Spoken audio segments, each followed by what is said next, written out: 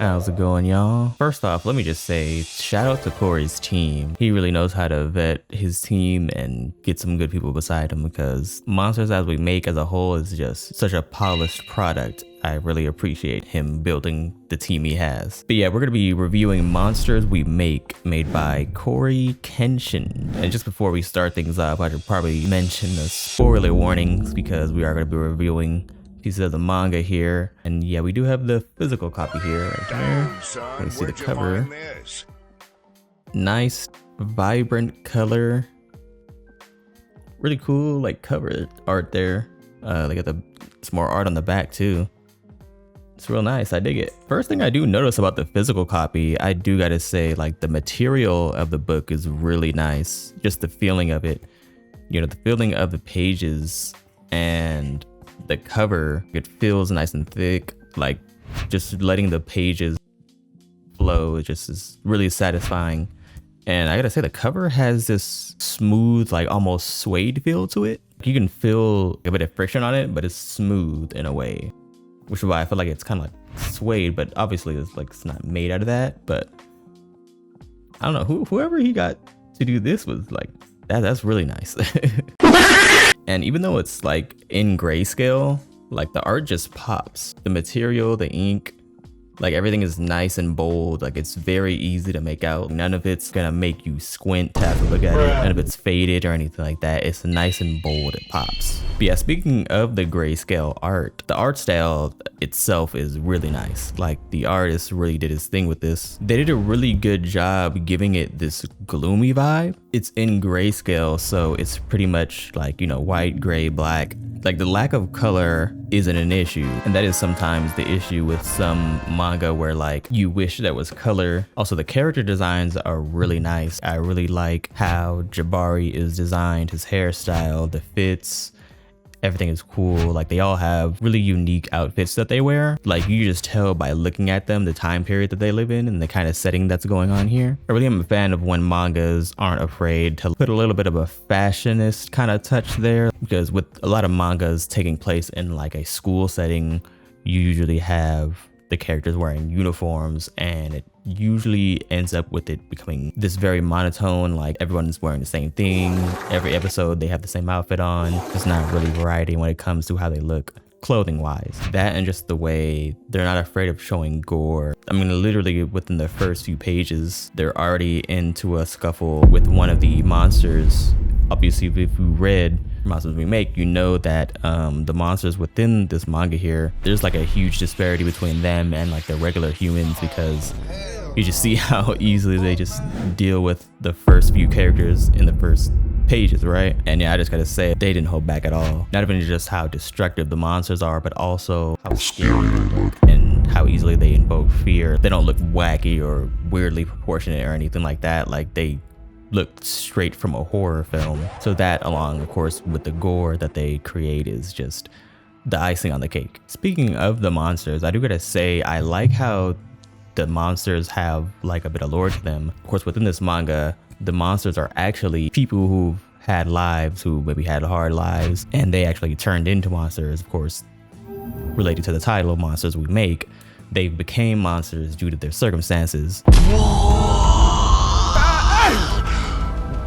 And so seeing that insight like very early on, just being able to get that insight, I mean, that alone kind of tells you where this story is headed. Kind of like that dystopian horror. Your life goes into chaos and then, you know, becomes overwhelming, and to the point it's not like you're fighting demons, you become the demon. It's a very interesting play on like late stage capitalism type of thing, kind of like a Black Mirror type of ordeal here.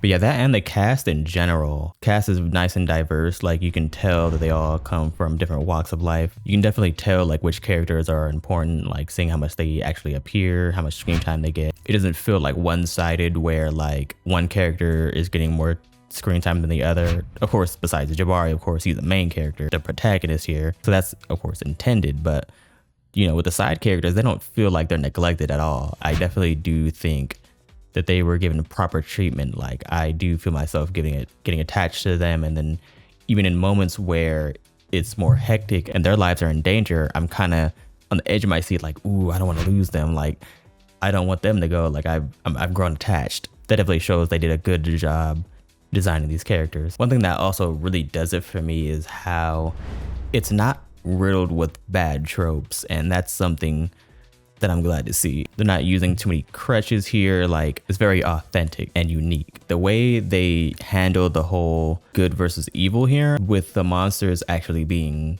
you know, former regular people, we see that they've turned into monsters due to their circumstances or beliefs. That, as well as the whole Senator Corporation and the Madam Dean. I like how there's this thing, which is really good and evil. Like, even Jabari kind of questioned it at first. He's like, well, what's this whole ordeal with this kind of like villainous type of woman running this corporation? And then at the last minute, I'm told I'm gonna be thrown up against these monsters and all this. There's kind of an uncertainty there of like what's actually going on here, which also just shows the depth of the plot. Really, you can tell we're gonna be on for a long ride here, because for one, you definitely tell it's uncertain if Senator Corporation is actually a good corporation. It's safe to assume that they probably have something to do with how the world is the way it is. And there's also like how the monsters are former like regular people.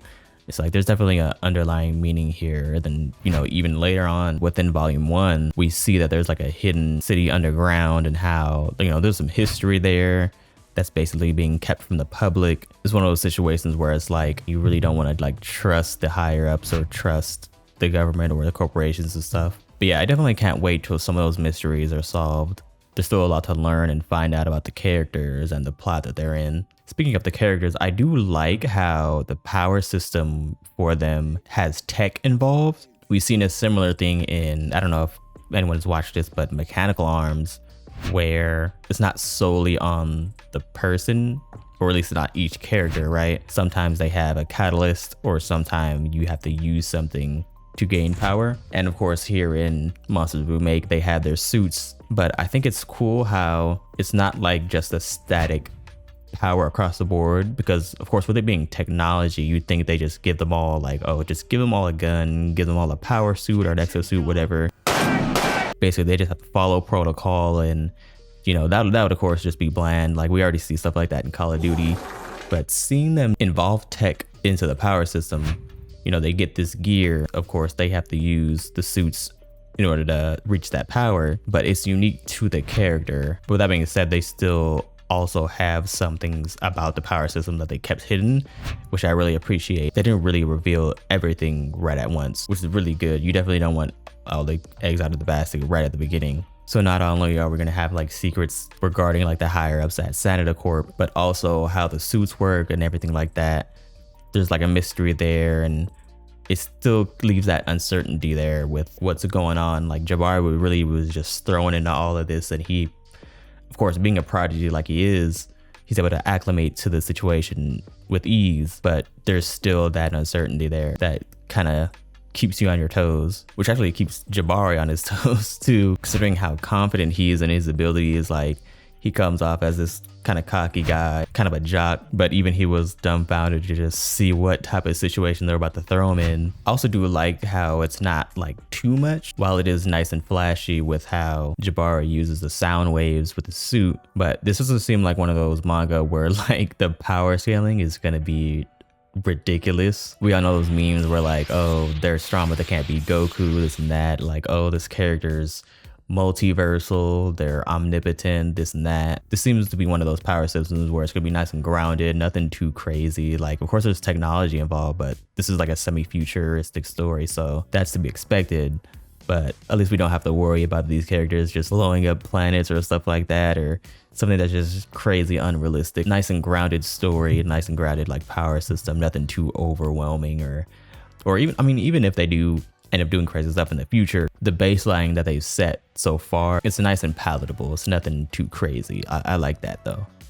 We have enough like overly flashy, over the top power systems, so this is like a breath of fresh air. But yeah, I do gotta say, this is a solid first volume.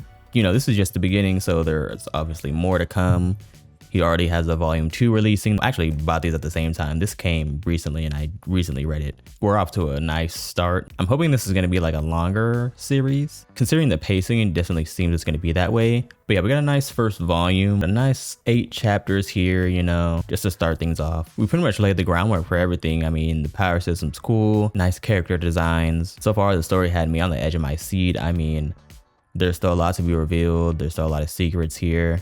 Let me know what you guys think down in the comments. Well, if you made it this far, I appreciate you sticking around. I definitely plan on doing more reviews of this because the volumes are nice and spaced out. I definitely do want to like review them. I might consider like reviewing other mangas and stuff too. But yeah, I appreciate you guys. I'll see you guys in the next one.